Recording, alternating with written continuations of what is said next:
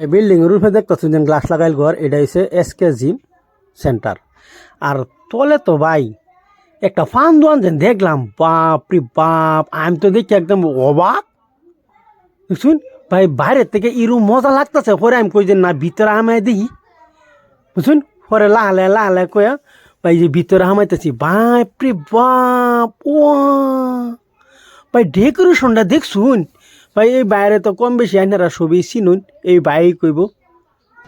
ভাই তোমার দোকানের অ্যাড্রেসটা কই দাও, কোন জায়গাতে আছে? ভাই এটা আছে এসকে জিমখানা আছে, জিমখানার তলে আছে বিল্ডিং, জামতলা। রামতলা সেন্টার না? জামতলা এসকে জিমের তলে।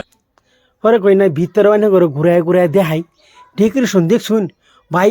ও বাপরে বাপ, দোয়ানো কি নাই, এভরিথিং মানে কি লাগে, বিস্কুট টিস্কুট, ফেরালাভলি, আইসক্রিম টাইসক্রিম, ঠান্ডা, ললিপপ, কি লাগে সব পাইবেন এই দোয়ানো। আর এটা দোয়ান খোলাতে রাতের 10টা তুরি।